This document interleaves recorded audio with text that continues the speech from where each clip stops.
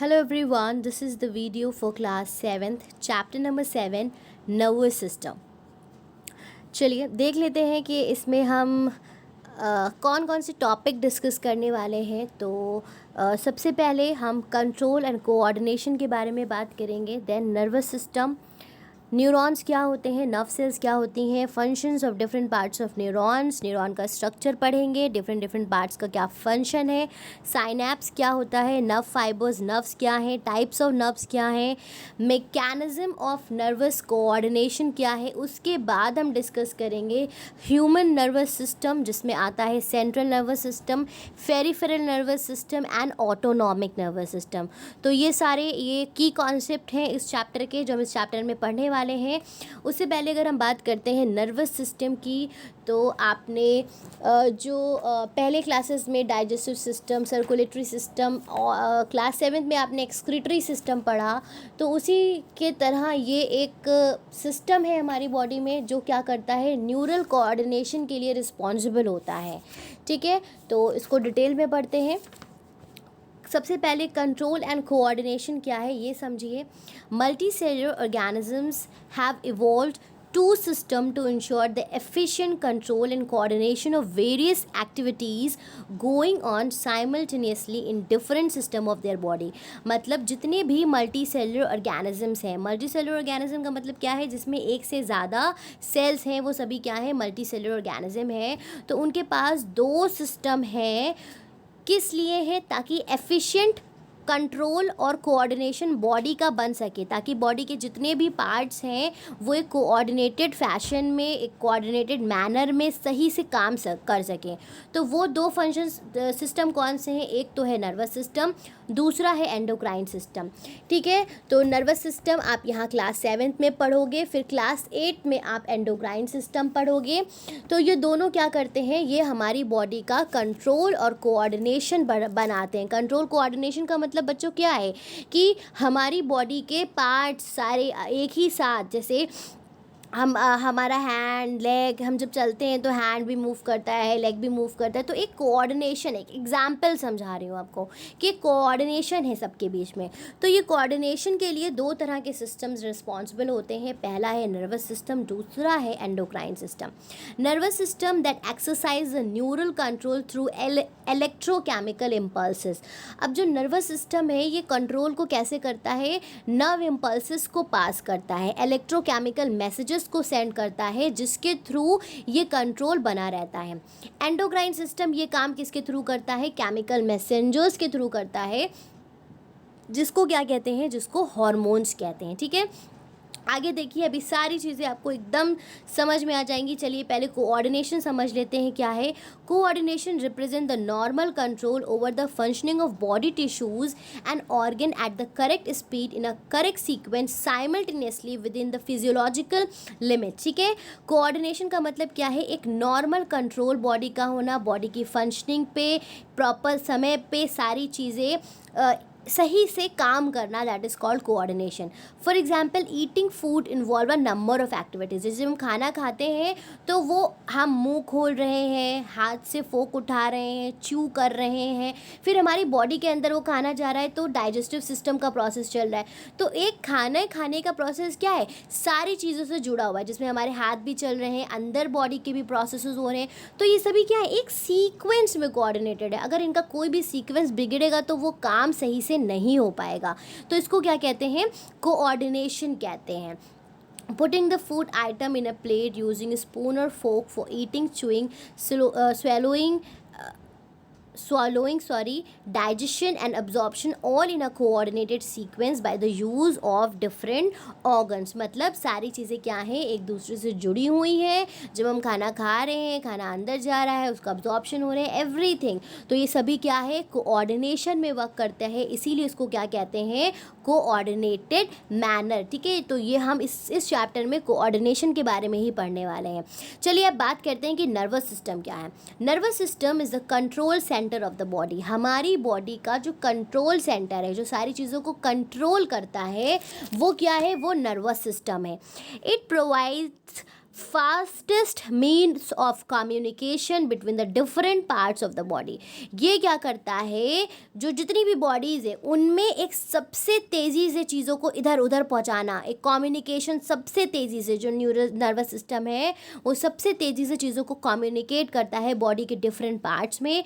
It is a network of nerve cells. अब nervous system किससे बना हुआ है, एक ग्रुप है, एक नेटवर्क है नर्व सेल्स का एंड नर्व फाइबर्स का। अभी हम आगे बात करेंगे कि नर्व सेल्स क्या होती हैं एंड नर्व फाइबर्स क्या होते हैं। तो ये आप समझ गए कि नर्वस सिस्टम क्या है, जैसे एक तरह से सर्कुलेटरी सिस्टम है, पूरी बॉडी में वेन्स आर्टरीज फैली हुई हैं, इसी तरह से नर्वस सिस्टम में एक पूरा जाल, एक नेटवर्क बना हुआ है जो कि नर्व सेल्स और नर्व फाइबर्स का बना हुआ है। ठीक है, उम्मीद है सारी चीज़ें आपको समझ में आ रही होंगी। अगर सारी चीज़ें आपको समझ में आए तो वीडियो को लाइक करिएगा, चैनल को सब्सक्राइब करिएगा, नोटिफिकेशन बेल आइकन को ऑन करिएगा सो दैट आपको जो भी मेरी न्यू वीडियो अपलोड होती है उसका नोटिफिकेशन मिल जाए। क्लास 7 के बाद क्लास 8 अब तो ऑलमोस्ट आपके चैप्टर्स कंप्लीट हो गए हैं, तो नेक्स्ट ईयर के लिए क्लास 8 की वीडियोस ऑलरेडी अपलोडेड हैं जो कि आप देख सकते हैं आने वाले अपने अगले साल के लिए। अब हम बात करते हैं न्यूरॉन्स और नर्व सेल्स क्या होती हैं। तो न्यूरॉन्स और नर्व सेल्स क्या हैं, ये फंक्शनल यूनिट हैं, छोटी छोटी स्ट्रक्चर्स हैं जिनसे मिलकर के पूरा नर्वस सिस्टम बना होता है। Neurons are the structural and functional unit of nervous system. Nervous system की ये क्या है, स्ट्रक्चरल और फंक्शनल यूनिट है। The nervous system is made up of millions of neurons. जो नर्वस सिस्टम है ये बहुत सारे मिलियंस ऑफ न्यूरॉन से मिलकर के बने हुए हैं। अ न्यूरॉन्स हैज़ फॉलोइंग 3 पार्ट। एक न्यूरॉन के कितने पार्ट्स होते हैं, 3 पार्ट्स होते हैं। वो 3 पार्ट्स क्या हैं, the main parts of a neuron is called cell body और साइटॉन। जो उसका मेन पार्ट है वो सेल बॉडी है जिसको हम साइटॉन भी कहते हैं। अभी आगे डायग्राम आप देखेंगे तो सारी चीज़ें आपको क्लियर हो जाएंगी।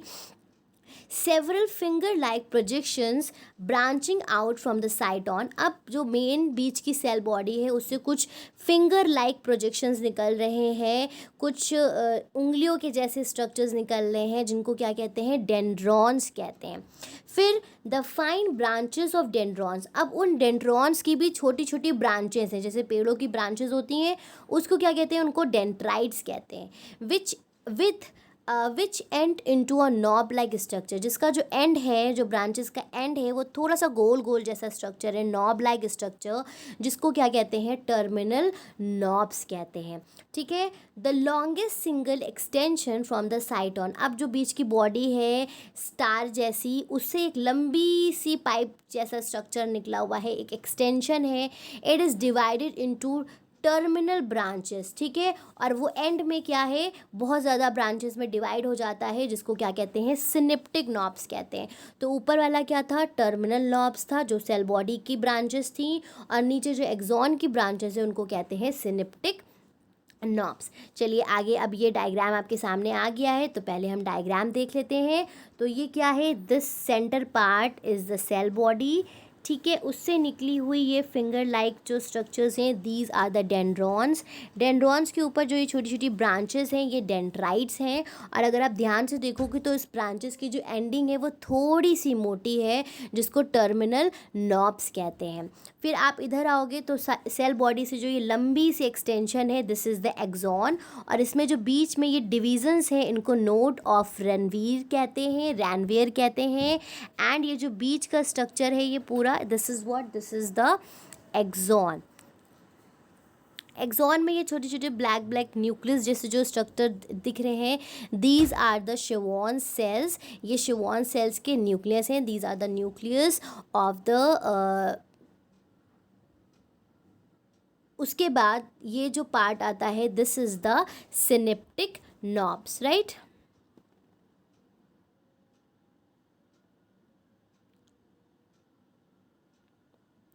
चलिए आगे देखते हैं। In most neurons of the body, axons are surrounded by a spirally coil sheet of fatty substances called myelin sheet और मेड्यूलेटेड शीट। अब देखो जो ये अंदर पिंक कलर का स्ट्रक्चर था पाइप जैसा, ये क्या था, एक्सॉन था। और इसके ऊपर जो ऐसा सॉसेज जैसा स्ट्रक्चर है कुछ इस तरह का, वो क्या है, ये माइलिन शीट्स है, अंदर इसके एक्सॉन होता है। तो ये जो माइलिन शीट्स हैं ये इस तरह से स्पाइरली कॉइल्ड होती हैं एक्सॉन के ऊपर। The myelin sheath insulates the axon and speed up the nerve impulse। ये क्या करती हैं, एक्सॉन को इंसुलेशन प्रोवाइड करती हैं और नर्व इम्पल्स को तेज़ी से आगे पहुंचाती हैं। The sheet has regular constrictions along the axon, these are called the nodes of Ranvier। और यहाँ पे अलग अलग पार्ट्स थे ना, इस तरह के सॉसेज लाइक स्ट्रक्चर्स अलग अलग बने हुए थे, जैसे एक ये शीट थी, फिर एक ये शीट थी, जो बीच की जो स्पेसेस हैं, जो कंस्ट्रक्शंस हैं, जो रुकावट हैं, वो क्या है, नोड्स ऑफ रैनवियर हैं। ठीक है, उसके बाद functions of different parts of neuron, जितनी चीज़ें अभी डिस्कस करी हैं उसके अलग अलग फंक्शंस की अगर बात करें। थ्रू डेंड्राइट्स, डेंड्राइट्स क्या थी, सबसे ऊपर वाली जो इस तरह के स्ट्रक्चर्स जो ऊपर की तरफ हैं वो डेंड्राइट्स हैं। And neuron is connected with the neighbouring neuron. इसके ज़रिए क्या होता है कि एक न्यूरॉन दूसरे न्यूरॉन से कनेक्टेड होता है। तो एक न्यूरॉन की, जैसे ये सिनेप्टिक नॉब है, तो इससे डेंड्राइट्स दूसरे न्यूरॉन्स की जुड़ी हुई होती हैं। Dendrites receive impulse from the neurons. Dendrites क्या करती हैं, न्यूरॉन्स से इम्पल्स को रिसीव करती हैं and conduct them to the cyton. और रिसीव करके, जैसे एडजेसेंट न्यूरॉन से इन्होंने इम्पल्स रिसीव किया और साइटोन सेल बॉडी में यहाँ तक के सेंटर तक के पहुँचा दिया। ठीक है, बाय एफरेंट प्रोसेस। इसको क्या कहते हैं, एफरेंट प्रोसेस कहते हैं। द सेल बॉडी, अब जो बीच वाला हिस्सा है, receive impulses from the preceding neurons through dendrites and pass them to the next neuron through axon. अब सेल बॉडी क्या करती है, उसने डेंड्राइन से सारे नर्व इम्पल्सेस को रिसीव करे, फिर उसके बाद एक्सॉन तक के आया, फिर एक्सॉन से यहाँ सिनेप्टिक में आया, फिर वो दूसरे न्यूरॉन में पास हो गया। ठीक है, the axon and its terminal branches transmit the impulse away from the cyton to the dendrites of other neuron, that is called the efferent process। अब efferent process क्या है कि एक्सॉन में आया, फिर एक्सॉन के बाद जो नीचे के सिनेप्टिक नॉब्स हैं ये क्या करेंगे, दूसरे न्यूरॉन के डेंड्राइट्स को चीज़ें पास कर देंगे, that is the efferent process। ठीक है, साइनैप्स क्या है, अब देखो जो दो, जैसे एक जो एक्सॉन है, डेंड्राइट है, मतलब एक टर्मिनल नॉब और दूसरा क्या है उसका synaptic knob. The point of contact between the terminal branch of axon and dendrites of the adjacent neuron is called the synapse. मतलब डेंड्राइट्स की जो एक ब्रांच है उसका अटैचमेंट दूसरे सिनेप्टिक नॉब से, जो पॉइंट ऑफ अटैचमेंट है, उसको साइनैप्स कहते हैं। The nerve impulse from axon of one neuron to the dendrites of next neuron passes to the synapse as a chemical messengers। तो यहाँ पे इस तरह का ये स्ट्रक्चर रहता है एंड ये सिनेप्टिक क्लिफ्ट है, और यहाँ पे एज अ केमिकल मैसेंजर वो जो नर्व इम्पल्स होती है वो एक एक्सॉन से दूसरे एक्सॉन में पास होती है।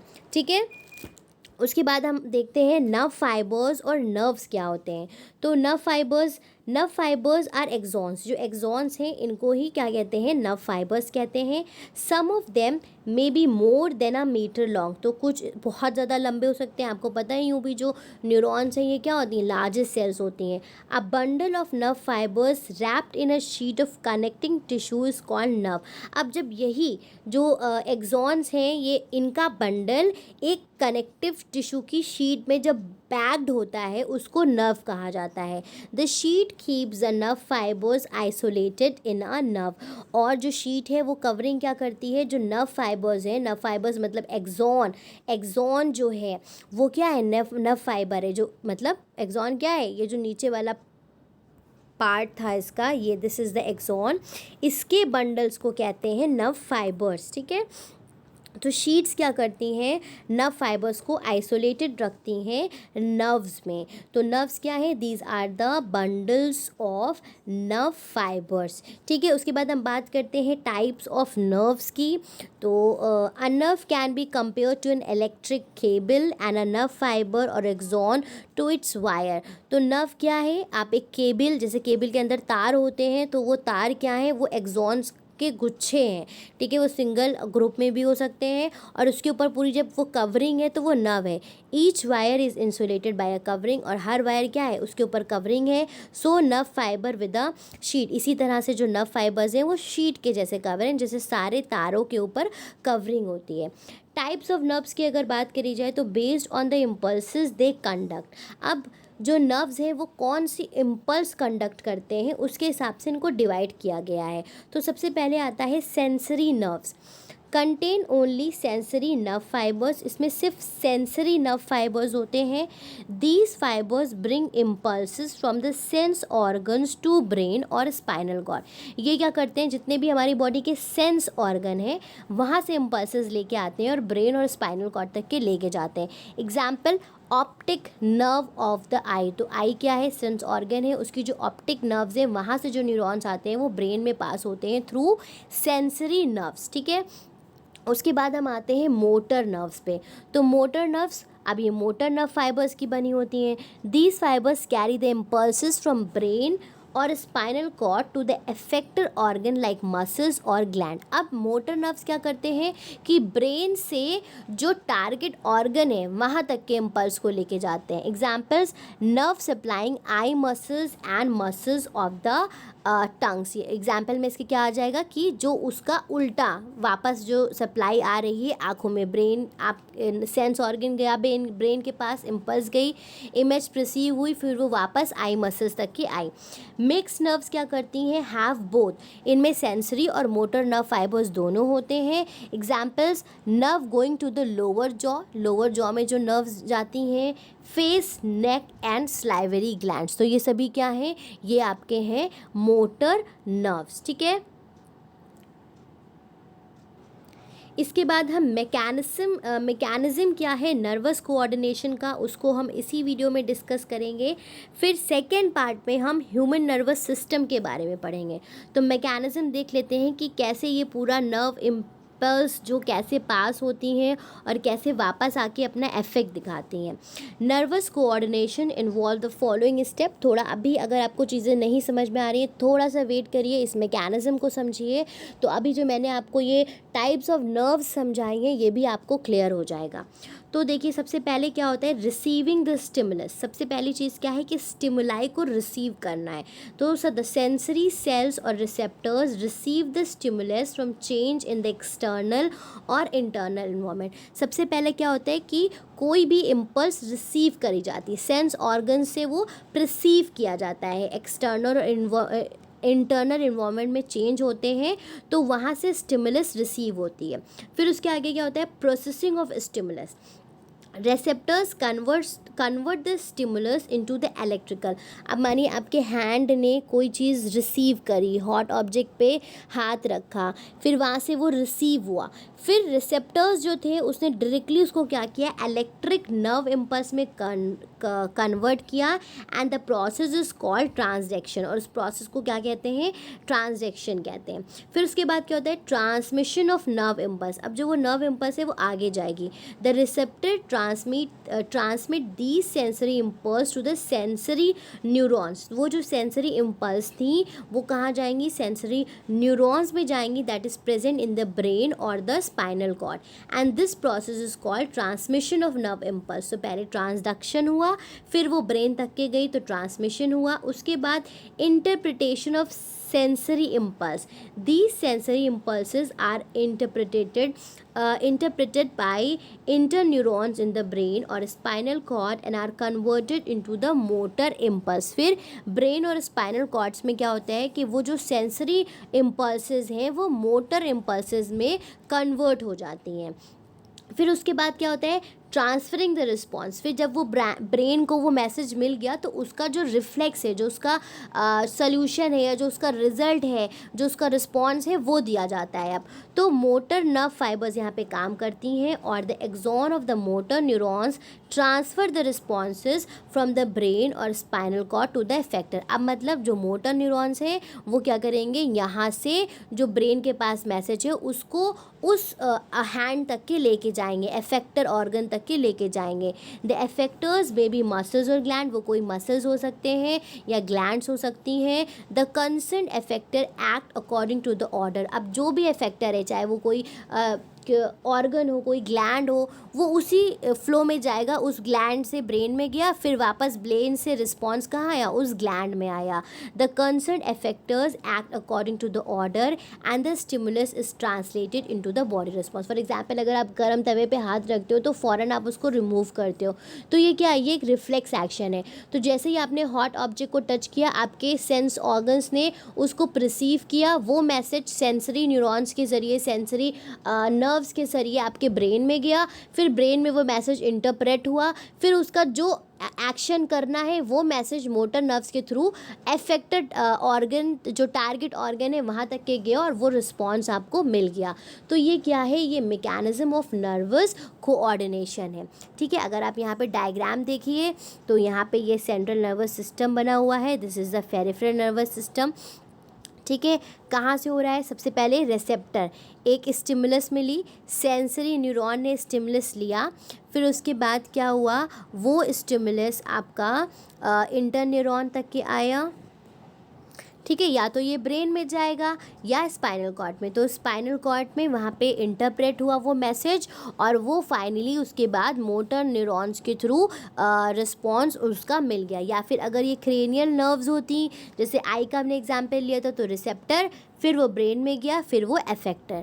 तो ये क्या है, ये मैकेनिज्म है न्यूरल कंट्रोल का. उम्मीद है कि आपको ये समझ में आ गया होगा. अगर कोई भी कन्फ्यूजन है तो हम उसको वीडियोज़ में, अलग से वीडियोज़ में डिस्कस कर लेंगे, शॉर्ट वीडियोज़ में डिस्कस कर लेंगे. अगर आपको कोई टॉपिक नहीं समझ में आया है तो प्लीज़ कमेंट सेक्शन में मुझे कमेंट करके बताइए.